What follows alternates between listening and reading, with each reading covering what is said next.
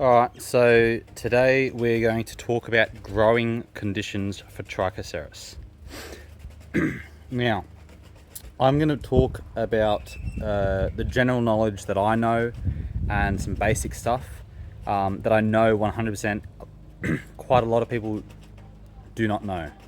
And that is to do with how much sun do you need? How much shade do you need? What happens if they grow in shade? What happens if they grow in sun? What happens if they don't get watered? Not enough nutrients, all of that stuff. So first we might start off with shade. Now I'll go in and out of some stuff and I'll give some examples, but I'll do my best. So first off, this area, all of this gets pretty decent sun all day. The sun comes up over here, gets blocked by the house in the morning, but then they get it, it's up there now. This is almost 12. And then even in the afternoon, they'll get it coming down there. And so these guys get quite a lot of sun.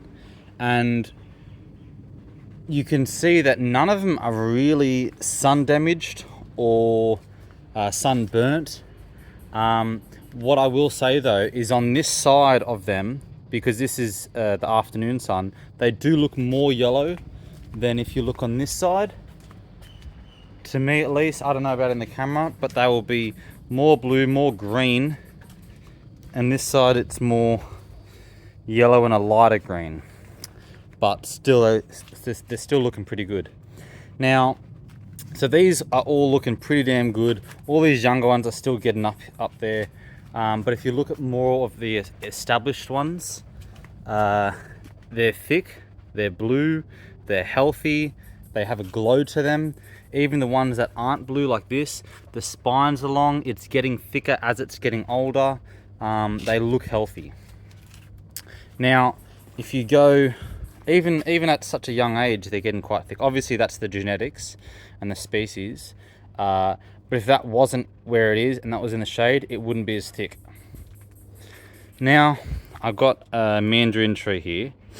These guys, as you can see now, they're getting sun right now. But they were put there the same time as these guys were put there. And you can see they are not the same height. This whole patch right here is stunted because of this tree. They don't get as much water as these guys because the tree takes the water. When the rain lands, some of it will go onto them, but then some of it will also run down here, and you know, they're only going to get the excess rain when it's been raining for like a few hours, and this tree is completely drenched. So these guys are limited in water and in the sun. So you can see they're still not, you wouldn't think they're stunted, but if you're comparing them to these guys, they are definitely stunted. So the other thing that I was worried about at the start of having them here is the humidity. Because of the tree and because of this area, I thought it would be a bit humid and I would get fungal problems, but I actually don't. So here's some scratches from another one, but it's all like a light tan sort of color, like almost white, like there's no activity there. None on that one over there, that's white as well.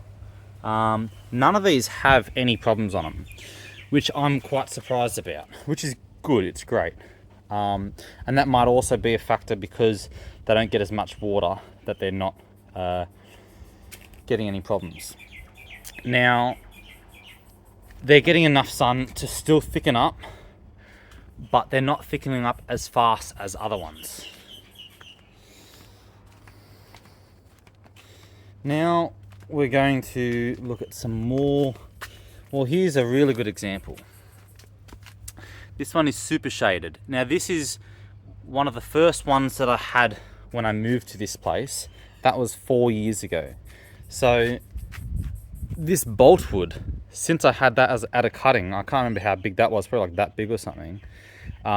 That's like 4, maybe even 3 years old, and look how big it is.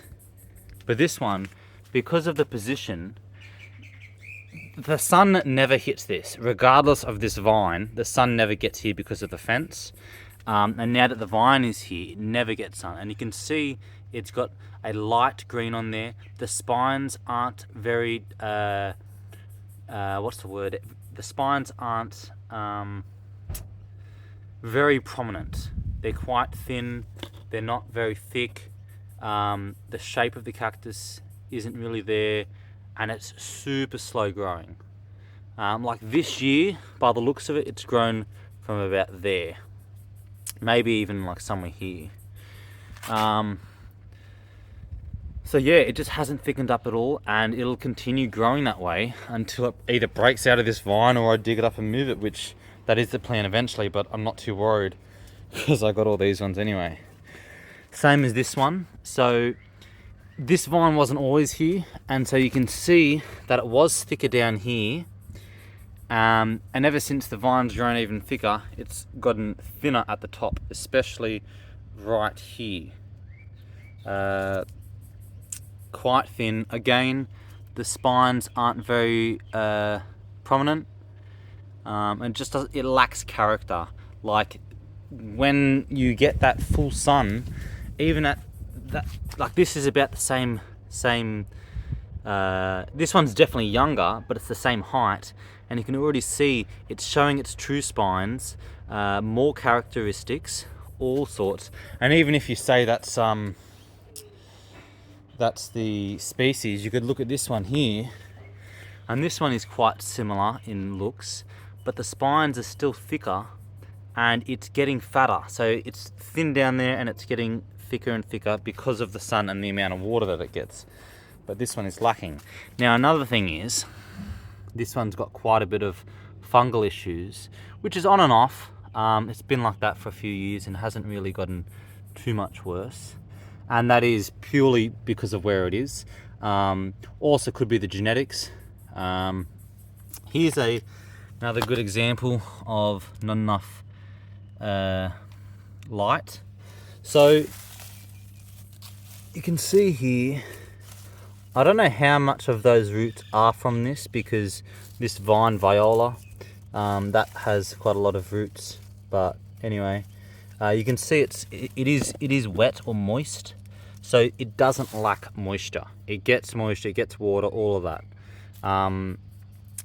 So this is a prime example of not enough light. I do fertilize these as well. I give them the same fertilizer everything else gets, and it does the same thing. So this is what's going to happen if you have it inside, if you have it outside but under a tree. Eventually, when they get big enough and old enough, they will thicken up. But this is like full shade. And yeah, so this pup here, it is struggling to get to any sort of size. And so because of this lack of light, it can't protect itself. Its self-defenses are down. It can't do much for itself. So you really need to work on trying to get these guys as much sun as possible. Yeah. We got another one here. This one gets a bit more light here, nothing too much shading it, but still it gets decent reflective light, but not full sun. So as it's gotten bigger, and again this was planted the same time as those ones, it's got more surface area to photosynthesize, meaning it's going to get more energy, and eventually it will thicken up like the rest of these guys because it will have enough surface area to photosynthesize, which I'm assuming maybe about like here it'd start to really thicken up and show its true characteristics. And it's still not really doing that. You can see down here the thickness of it there, and it hasn't really changed much, but the growth isn't too slow. Again, same as over there. And then we got these ones again, not much light, not thickening up, not showing its true spines and all sorts. Now we'll go over here next to the duck. These are cuttings, so you can't argue too much about their growth, but they rarely ever get watered because this is undercover, so they don't get rain. So they don't grow much, but I guarantee if I had them out here where it would get rain, they would be a bit bigger. But that was a bad example. But what a good example here is, you can see on all the ones that are at the back rows here, I've got a roof here, and so even though they're technically not undercover, they're not getting any rain from that. So if the rain is angling down this way, they're not going to get any rain, or at least not as much as the rest over here. And you can see the ribs aren't really thick. So even this one here, this blue one, you can see the ribs are quite thin, and especially on this one here. So at the top, they're all pretty fine. But as soon as you look at the lower ribs, they get quite skinny. And that's a sign of them not getting enough water. They're still going to thrive and, you know, look fine. For example, this one. Now, this one looks fine on top, but the reason why it's so skinny down here is because it's got 1, 2, 3 pups coming, and the size of the pot and the size of the plant. So the roots have taken over this entire pot, and it has just become super thirsty. As soon as you drench this pot, it'll soak it up within a couple of days because of how big the root system is. And that's sort of what's happening over here. Every amount of water that they get, it's getting absorbed. Now, a symptom of not getting enough water is they won't get as thick, and they'll be delayed, they'll be stunted, which is only temporarily. But all these guys, they don't get enough water, and they haven't grown up as much and gotten as thick as they could be. Same as this guy. All of these guys are at the back row. They would guaranteed be taller and thicker if I had them out here. And so that's a sign of not getting as much water.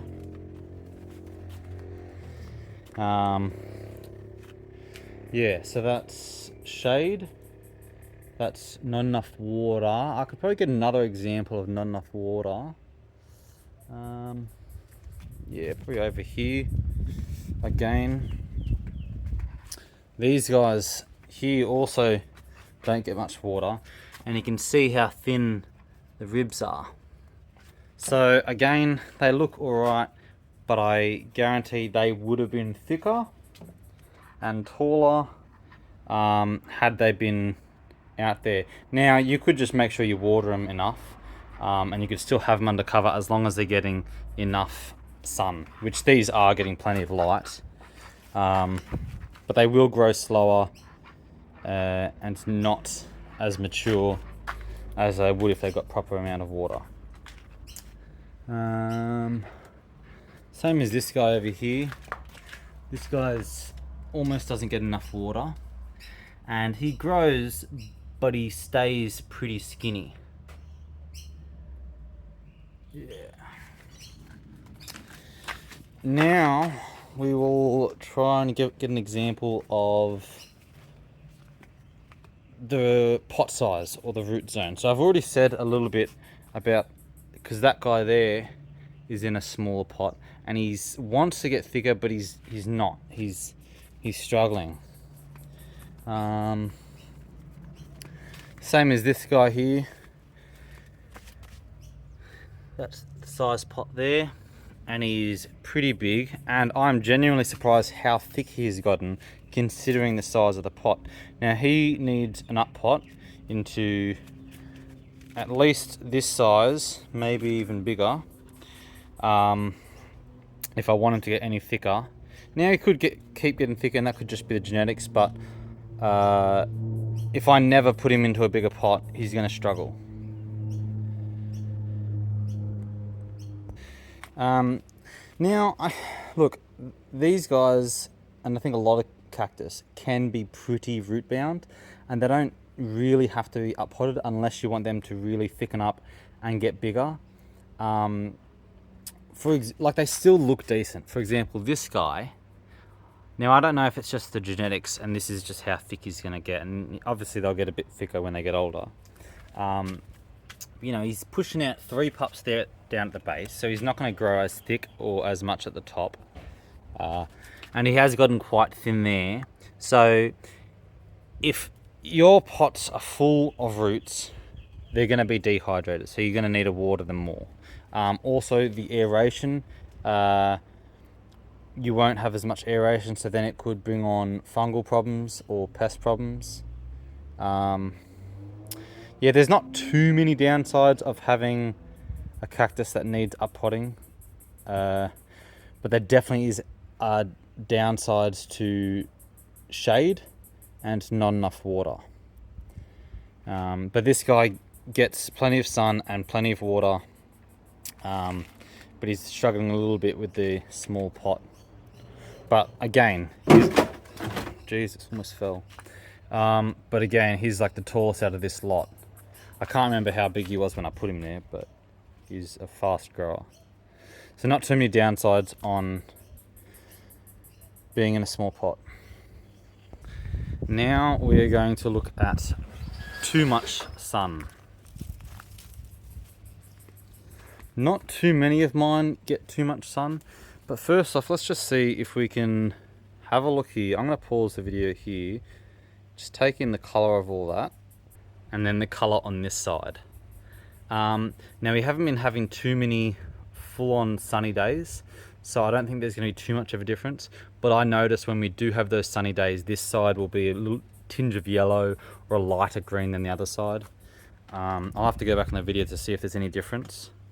Now, some specific species, like Judith, that's more of a variegation. So, but if you have that in the shade, it won't go as variegated as if you have it in full sun. Now, here's an example of something that goes quite yellow or lighter green on those areoles, similar to Judith. Because of this side, you can see around the areoles, it's like a light green, almost going on to yellow, but it's definitely not yellow. And then if we go to this side, right over here where it doesn't get sun, I know it is in the shade, but it's definitely not as light on this side. I'll give it a pause, and this is back on the other side. So that's an example of, now I wouldn't say that's too much sun. I quite like that look on this specific cactus. But too much sun, you're going to get that yellowing look. This guy gets it a little bit as well. And this guy gets it quite a lot, but like I said, we haven't had too much sun at all. And you can kind of see here how it shows more of a yellowing look, or a lighter green. But yeah, no, we haven't had too much sun lately, so I don't have too many good examples of too much sun. But that's what you're usually going to see is on the tops of these areoles, because it has the most exposure to the sun, not straight on the sides, but when it curves outwards, that's going to have the most exposure to the sun. Especially on the tops as well. If it's really, really sunny, you'll get the yellowing on the tops, or possibly scarring and burning from the sun. Yeah. But I find as long as the plant has the right amount of nutrients, the right amount of water, all of that, they can handle pretty much full sun. Now, to be fair, they don't get the morning sun. They get midday sun and afternoon sun, most of these guys. So I wouldn't say, yeah, these guys get full sun and they can handle it. And it depends on the area as well. Sometimes they just cannot handle it. But what I most commonly see is some cactus going like real yellow, like it almost looks variegated. Now that is because one is too much sun, and the other thing is poor soil or poor nutrients. they need more nutrients, they need more water, and they need better soil. And so a lot of people say, oh, it's too much sun. But they can handle the sun. They just need the nutrients to do that. So what would I do if my cactus was yellowing? If your soil is, you know it's good, you know you fertilize it, you know it has plenty of nutrients, well then it probably is too much sun. So what you can do is bring it into a shadier position, leave it there until the yellowing subsides or goes away or lightens up a bit. Give it, once it is a nice green color, bring it more into the sun. Not straight full sun straight away, just get more sun. And over time, and this may take months, over time you will eventually should be able to put it back into the same position. If it goes full on yellow again, then it probably just is straight up too much sun and you need a little bit more shade. Or you do need to give it more nutrients. So make sure your soil's good, plenty of water, plenty of sun, and try to avoid too much humidity. And you're good to go. These guys will thrive. Here's another example of not enough water. So this guy is thickening up now, but these guys here, actually this guy here is probably thickening up because I've got this here. Now this drum is full from rainwater. This is where the water falls. But as it's falling here, it is probably splashing over there and just getting enough water, which is actually interesting.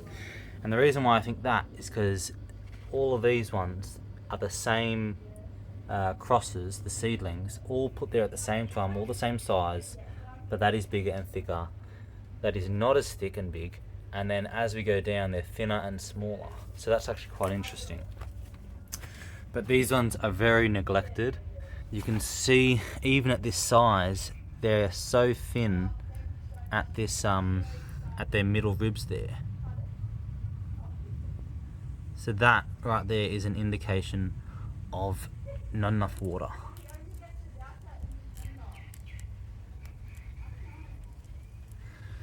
But I have seen some that have too much water that also look like that. So you can easily just check. Now that is wet, but I literally watered it yesterday, so well, it's not wet, but it's moist.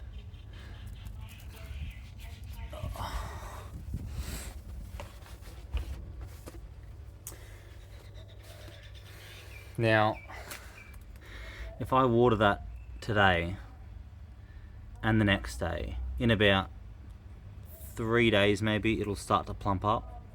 They're not like other plants. If you have plants with leaves and all that, they'll usually come good within a few hours. But cactus, you won't notice it for a few days or whatever. It takes time for them to soak it up.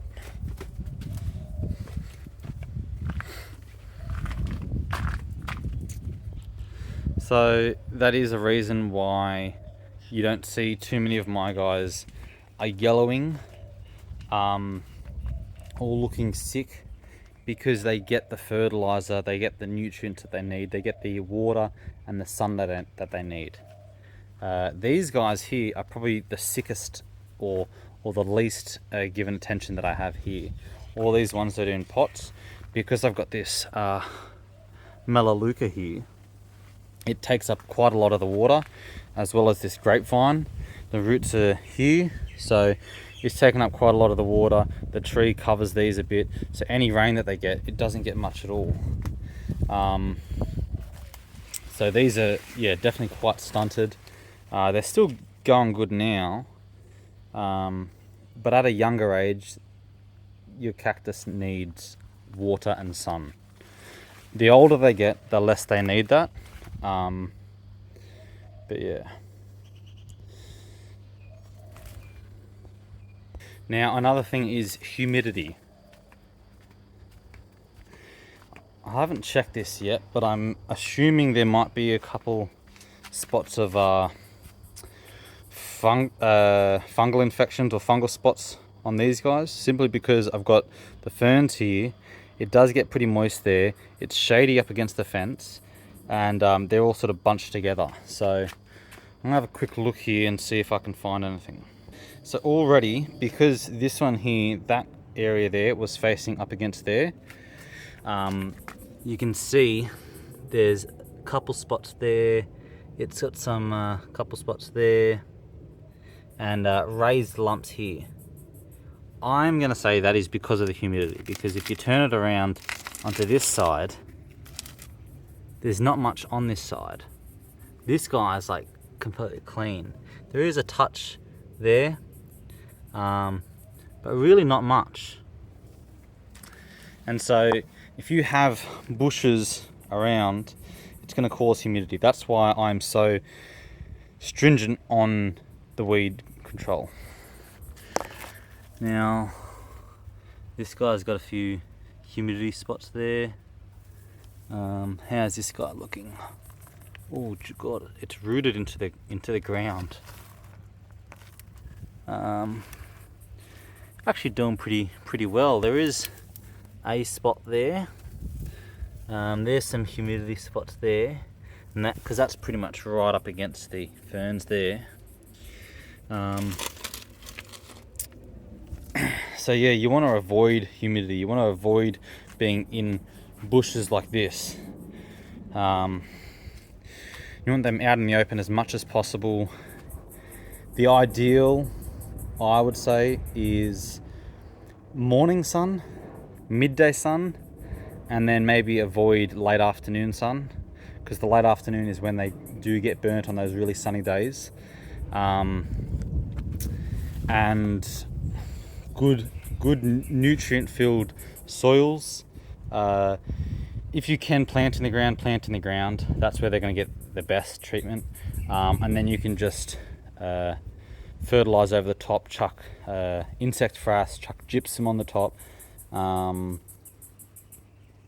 compost, fish fertilizers, sea salt, all of that stuff. And you shouldn't have any problems. But yeah, as you can see, I like all of these guys. They're not yellowing. They're not looking real shit. The only problem that I have specifically is the scale and fungal spots. But from people that I've talked to and my own experience, you're never going to get 100% rid of fungal spots. You're always going to have some. It's seasonal. When it rains and the humidity is high, you're getting those fungal spots are coming up again. This guy, this is what he's got at the moment. It comes and goes. The only thing I can do about it is treat it with chitosan, and anything that has chitosan in it, which is insect frass, shell grit, and phosphorus acid, which I'm using Agrifos or Fos acid or something like that. And you want to try and I drench the soil with the phosphorus acid, and you want to try and do that just before rain, or straight after rain, so that it's a systemic, so it'll go through the system and it'll help against the fungal infections. Now, I noticed one guy was mentioning something about how fungus is so good for these guys, and it really is, just not on them. They're a good and bad fungus. Mycelium that is in the soil with the roots, a lot of the time is really good. It gives access to the plants nutrients and micronutrients that it can't get to with its own roots. So the mycelium can be really beneficial for them. So when I'm saying fungal infections and get rid of fungus and all that stuff, I'm talking mainly the negative ones that are on the skin of the cactus that make them look really ugly, or negative ones like Phytophthora root rot that are on the roots or in the soil. That's what I'm aiming to get rid of, not those beneficial mycelium and beneficial fungi. So to summarize, too much shade, they're not going to grow very well. They're going to etiolate. They're going to not get very thick. Too much sun, they're going to get stressed. They're going to yellow and they're not going to grow as fast. Not enough water, they're going to etiolate. They're not going to grow very fast, not going to get thick. Too much water, they're going to stress. I actually don't have any very good examples of that, but they wrinkle up with too much water, and they can rot. They can get fungal infections on the skin or in the roots, Phytophthora root rot, all that sort of stuff. So you want to avoid too much water, and avoid humidity in an open area like this. All these guys here and there, I rarely find any problems on them because of the area that they're in. Already I am in an enclosed area if you think about the big picture, but in my yard that is the best spot because it's the most air, it's the most sun. Yeah. So hopefully that's helped any new growers and experienced growers, because I'm learning stuff all the time. One other thing is genetics. Sometimes, no matter what you do for a cactus, it just has poor genetics and it is just prone to pest, or it is prone to fungal infections. Whatever it is, sometimes you just cannot help it. I've seen some people throw out cactus, which I'm not against it. But I feel like a lot of time you can save them, but they just might need the perfect conditions. I have this guy over here that I'm keeping an eye on at the moment.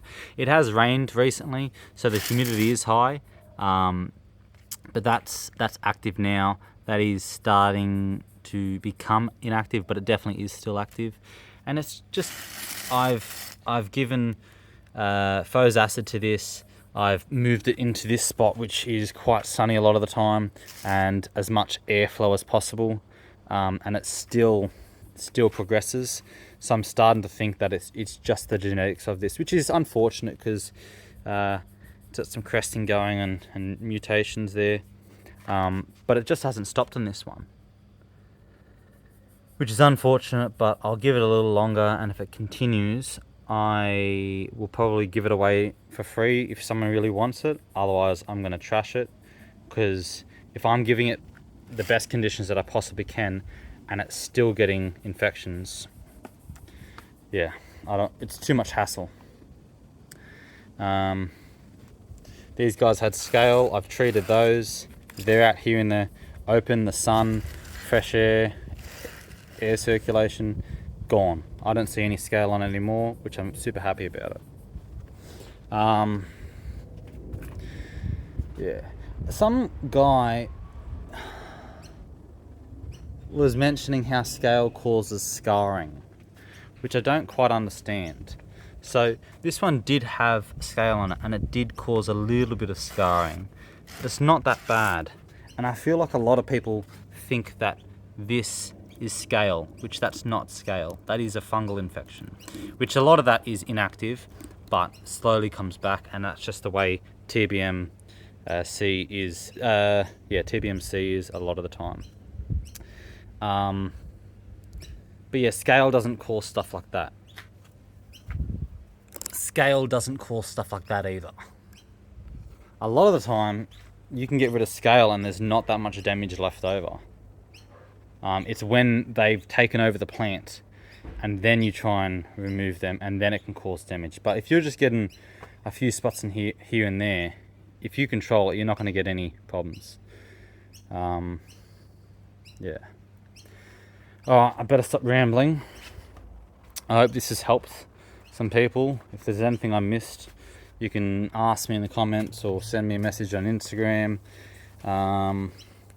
Yeah, I'm still selling frass. If anyone wants insect frass, it's great for chitosan defense in your plants. It also has plenty of nutrients in it, so it'll fertilize your plants, your cacti, any plants, your lawn as well.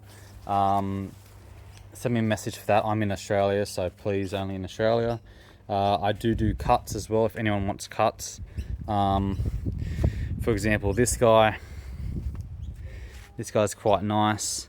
Now I'm not going to cut him because I want to see him grow, but he's got 2 little pups here, so I'd be willing to cut 1 or even 2 of the pups if you guys want. If any of these have pups, I'm willing to cut them, except for Shark's Blue. Unless the Shark's Blue gets another a second pup, then I'll do that. But yeah, just putting it out there. Alrighty, see you later.